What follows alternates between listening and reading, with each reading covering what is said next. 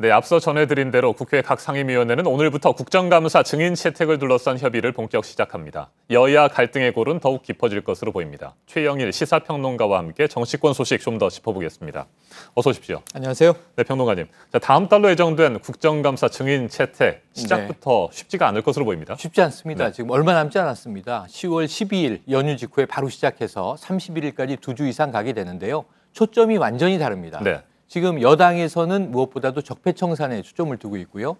그러다 보니까 최근 문제가 불거진 MB정부 시절의 블랙리스트라든가 혹은 방송 장악 문제를 주로 거론하게 될 것 같고요. 네네. 반면에 이제 야당은 또 완전히 다른 입장입니다. 어찌 보면 이제 이명박 박근혜 정부에 대한 공격을 좀 피하기 위해서라도 현 정부의 인사 문제 또는 지금 이제 북미 간에 벌어지고 있는 외교안보 문제를 주로 거론할 예정이어서 지금 거리감이 굉장히 큽니다. 네, 말씀하신 대로 여당에서는 적폐청산하고 방송 장악에 초점을 맞추고 있는 상황인데 그러다 보니까 과학기술정보통신위원회 그리고 환경노동위원회에서는 이명박 전 대통령의 증인 채택이 거론이 되고 있습니다. 그렇습니다. 이명박 전 대통령 증인으로 나설 가능성 어느 정도나 된다고 보십니까? 일단은 뭐 전임 대통령이 국정감사에 출연한 사례는 없기 때문에 굉장히 이제 가능성 자체는 희박하게 봅니다만 또 이제 각 상임위별로는 필요한 문제가 될 수 있겠죠. 그래서 지금 국정원의 댓글 개입 이후 벌어지고 있는 국정원제 적폐청산 문제하고요. 말씀하신 대로 지금 뭐 KBS, MBC 파업 중입니다. 이명박 정부 시절에 벌어졌던 방송 장악 시도 문제하고 이런 것들이 모두 다 이제 국회 국정감사 대상이 될 수 있는데요. 문제는 과연 이명박 대통령 본인이 출연할 가능성 이 부분은 뭐 지금 방탄국회로 오히려 자유한국당이 막아설 가능성이 높기 때문에 가능성은 좀 낮아 보입니다만 아마 여당은 분명히 제기할 것으로 보여집니다. 이에 맞서서 자유한국당을 비롯한 야당은 맞불 작전을 펴고 있지 않습니까? 일단 인사 문제 거론할 것 같고 그다음에 외교안보 문제. 그래서 이제 거론되고 있는 증인들이 조국 민정수석, 조현옥 인사수석이 있고요. 또 외교안보 쪽에서는 정의용 국가안보실장이 있고 문정인 통일외교안보 특보가 거론이 되고 있습니다. 이건 맞불 작전이라고 봐야 되겠죠? 네, 맞습니다. 하지만 그럼에도 불구하고 지금 경중은 좀 다릅니다. 왜냐하면 지금 정부가 추진하고 있는 적폐청산은 지난 9년 혹은 뭐 그 이전부터 벌어졌던 정부의 이제 문제들을 다 제거하겠다는 거고요. 거기에 무엇보다도 공수처 신설을 비롯해서 검찰개혁과 사법개혁 문제가 놓여 있지 않습니까? 근데 여기 이 부분은 거의 전방위적인 상임위에 다 개입돼 있는 문제고요. 적어도 박근혜, 이명박 정부 시절의 문제라도 좀 우리가 혁신을 해보자. 그렇다면 9년의 과제인데 지금 야당이 제기하고 있는 현 정부의 문제는 6개월 차의 문제입니다. 10월이 돼도 이제 개월수로 6개월 차. 사실상 만 5개월 정도 운영된 새 정부 아닙니까?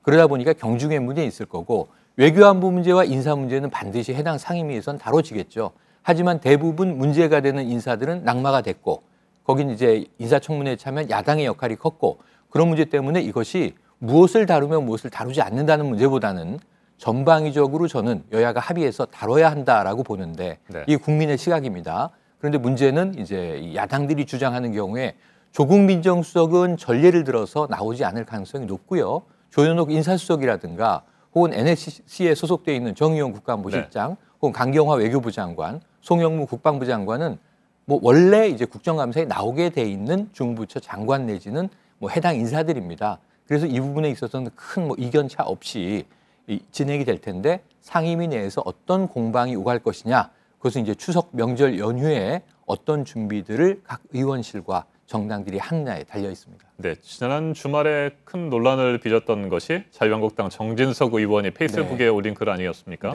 노무현 전 대통령의 죽음과 관련한 글이었는데 이 정 의원이 이 시점에 이렇게 논란이 큰 이슈에 대해서 글을 올린 거 무슨 배경이 있다고 봐야 할까요? 지금 우리가 이야기한 내용과 바로 직결되는 배경이 있죠. 왜냐하면 이명박 정부에 대한 이제 문제들, 이명박 대통령에 대한 국감 출석에서부터 전방위적으로 이제 수사까지도 지금 이루어져 가고 있는 상황인데 이 정진석 의원은 이명박 정부 시절에 청와대 정무수석이었습니다. 그러니까 이제 이명박 대통령을 모신 최측근 가신이라고 볼 수 있겠죠.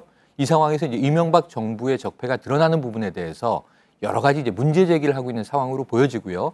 발단이 된 말은 박원순 서울시장이 이명박 대통령을 고소하겠다라고 이야기를 하면서 이 노무현 대통령에 대해서 이명박 정부가 가했던 일을 아주 정말 극심한 정치 보복이라는 박해로 표현을 했어요. 여기에 대해서 그렇지 않다. 부부싸움을 하다가 자살한 것이다. 라고 하는 전혀 엉뚱한 해석을 내놓으면서 사실은 이제 불을 지르게 된 셈인데요. 이 부분에 대해서는 이제 사과를 했다고 합니다만 사실은 또 SNS 글을 통해서 오히려 고 노무현 대통령의 유언을 끄집어내서 원망하지 말라고 당시에 적지 않았느냐 이런 이야기를 또 하면서 엉뚱한 해석이라는 얘기를 낳고 있거든요. 이 부분은 분명히 정치적 배경과 의도가 있는 것으로 우리가 읽을 수 있겠습니다. 네, 여당과 친노계에서는 법적 대응을 반드시 하겠다 이렇게 밝히고 있는 상황이고요. 또 하나 이번 주에 저희가 주목해서 봐야 할 것이 문재인 대통령과 여야 5당 대표, 원내대표의 회동 아니겠습니까? 그렇습니다. 자유한국당 홍준표 대표 이번에도 참석하지 않겠다 이렇게 밝혔습니다. 어떻게 전망하시는지요? 적폐 세력을 왜 부르느냐 이런 얘기를 했어요. 이 적폐로 우리를 규정하면서 우리와 얼굴을 맞대겠다는 건 뭐냐? 이건 뭐 지난번에 이제 오제 회동을 거부할 때 청주에 이제 수해복구 봉사를 나갔던 적이 있었죠. 네. 이때는 무슨 얘기를 했냐면은 또 이제 이 한미 FTA 때 그렇게 면박을 줘놓고 얼굴 붉힐 텐데 가지 않겠다. 하지만 다음에는 가겠다라는 여지를 두었는데 여전히 보이콧으로 일관하고 있는 거예요. 어찌 보면 제1야당의 이러한 모습을 국민들이 어떻게 볼지를 좀 유념해야 될 것 같고요. 또 더불어서 이제 국민의당 안철수 대표 같은 경우에도 갈지 안 갈지 아직 이제 미확정인 상태로 네. 오늘 아침까지 남아 있거든요. 이런 상황에서 보다 협치, 특히 야당들은 그동안 이게 잠시 지난번에 인사 문제를 통과시키기 위해서 초록색 넥타이를 메고 읍소하고 이런 것들을 또 과거에 불렀던 것처럼 이제 쇼통의 연장으로 보고 있단 말입니다. 그런데 이제 시스템 협치라고 하는 말을 이제 들고 나와서 네. 이제는 보다 좀 구조적인 협치를 하자라고 주장을 하고 있다면 문제는 먼저 이 얼굴을 맞대야 물꼬가 튀지 않겠습니까? 이런 측면에서 특히 이번 주는 중요한 것이 이제 추석 명절의 이 민심 밥상에서 네. 어떻게 정치에 대한 평가들을 국민들이 내릴 것인가. 이게 민족 대이동이 일어나는 아주 중요한 시점을 앞두고 있는데요. 그런 면에서 이 대통령과 야당 대표들이 얼굴을 맞대는 것, 국민들이 바라고 있지 않겠는가. 이런 부분들을 좀 유념해야 될 것 같습니다. 네, 대통령과 여야 5당 대표, 원내대표의 회동. 여야 협치가 제대로 이루어질 수 있겠느냐를 가늠할 수 있는 시금석이 될 겁니다. 계기가 될 것 같습니다. 네. 네, 말씀 잘 들었습니다. 고맙습니다. 네, 최영일 평론가였습니다.